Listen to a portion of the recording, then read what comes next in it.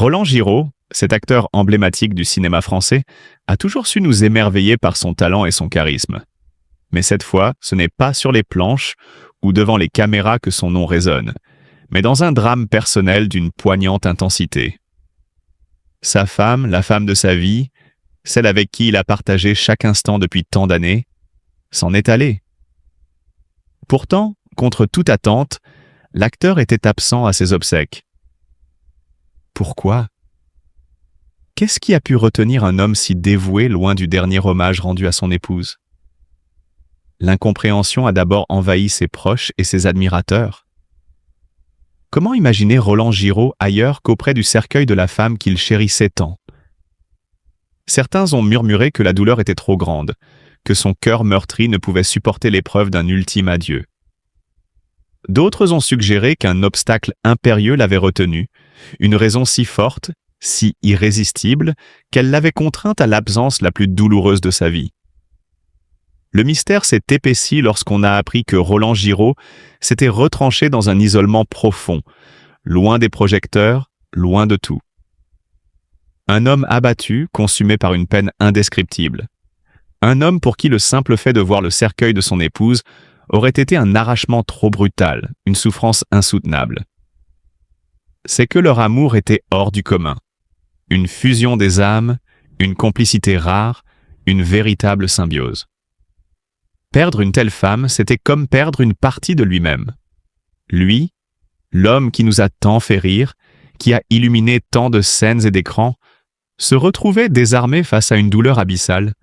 Dans son mutisme, Roland Giraud a choisi de vivre son deuil différemment, dans l'intimité la plus absolue, loin des regards, loin des conventions. Mais son absence à la cérémonie n'était en rien un manque d'amour ou de respect. Bien au contraire. C'était un hommage silencieux, un cri muet de détresse, un geste ultime pour ne pas voir s'éteindre ce qui restait encore vivant en lui. Certains diront qu'il était lâche, qu'il aurait dû affronter cette épreuve. D'autres comprendront qu'un amour si intense ne se referme pas sur un adieu, mais continue de vibrer au-delà des rituels et des conventions. Roland Giraud reste un homme immense, un artiste dont le cœur a porté des rôles inoubliables, mais qui, aujourd'hui, vit son propre drame. Son absence n'est pas un oubli, mais une preuve d'amour, un dernier acte de fidélité à celle qu'il ne cessera jamais d'aimer. Et peut-être que, loin du tumulte et des adieux collectifs, il préfère pleurer son épouse dans le silence de ses souvenirs, là où l'amour ne meurt jamais vraiment. Roland Giraud et son chagrin profond. L'absence douloureuse à l'enterrement de son épouse. L'acteur, aujourd'hui affaibli par des problèmes de santé, a vécu cette épreuve dans une douleur silencieuse.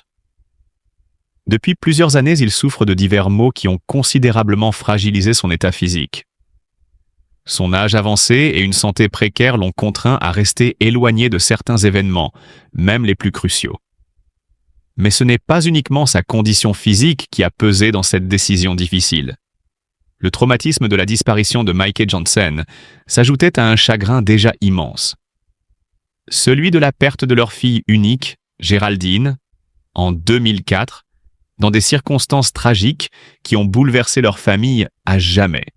Roland Giraud n'a jamais vraiment réussi à surmonter ce drame. La douleur d'avoir perdu sa fille d'une manière aussi brutale l'a hanté pendant des années. Et la disparition de son épouse est venue raviver cette blessure béante. Michael Janssen était son soutien indéfectible, la femme qui l'aidait à se relever après l'inimaginable. Sans elle, il s'est retrouvé plongé dans un vide abyssal, une solitude écrasante qu'aucun mot ne pouvait apaiser. Le choix de ne pas assister aux funérailles de sa femme n'a pas été fait de gaieté de cœur. Loin d'être un manque d'amour ou d'attention, c'était un acte de préservation, peut-être même un ultime hommage à celle qui partageait sa vie.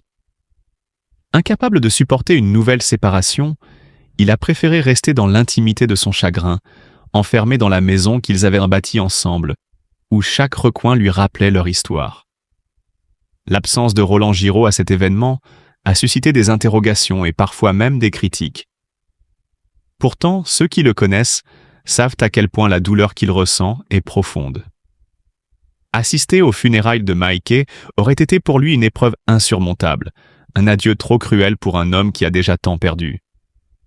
Son deuil, il le vit différemment, dans le silence et la solitude, avec le poids de ses souvenirs et l'ombre des absences qui l'accompagnent désormais à chaque instant. Aujourd'hui, Roland Giraud est un homme meurtri, un artiste qui a fait rire et émouvoir des générations, mais qui porte en lui une tristesse indicible. Entre la maladie qui l'affaiblit et le poids du passé qui ne cesse de le hanter, il tente de trouver un sens à cette existence marquée par la douleur. Mais comment se relever quand ceux que l'on aime le plus ne sont plus là? Pour Roland Giraud, chaque jour est une épreuve, une lutte silencieuse contre l'inévitable solitude du deuil.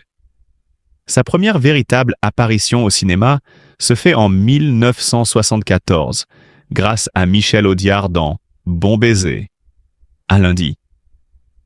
Cependant, c'est sa collaboration avec Coluche qui le propulse sur le devant de la scène, notamment avec le film Vous n'aurez pas l'Alsace et la Lorraine, en 1977, où il incarne le duc d'Orléans. Sa participation aux comédies cultes Les Bronzés font du ski et Papy fait de la résistance renforce sa notoriété et le consacre comme l'un des acteurs comiques incontournables de sa génération. Le véritable tournant de sa carrière survient en 1985 avec le film Trois hommes et un couffin de Colin Serrault. Dans ce long métrage, Roland Giraud interprète Pierre, l'un des 3 célibataires confrontés à l'arrivée inattendue d'un bébé. Le film connaît un succès retentissant, tant en France qu'à l'international, et vaut à Roland une reconnaissance publique et critique majeure. Ce rôle emblématique lui ouvre les portes d'une décennie prolifique, durant laquelle il enchaîne les succès au cinéma avec des films tels que La vie dissolue de Gérard Floch, Le complexe du kangourou ou encore Le Provincial. Parallèlement à sa carrière cinématographique, Roland Giraud ne délaisse pas le théâtre.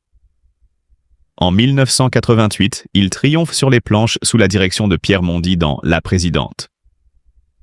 Cette collaboration fructueuse se poursuit avec des pièces comme Sans rancune, en 1992, et Oscar en 1996, démontrant sa polyvalence et son talent indéniable pour la comédie.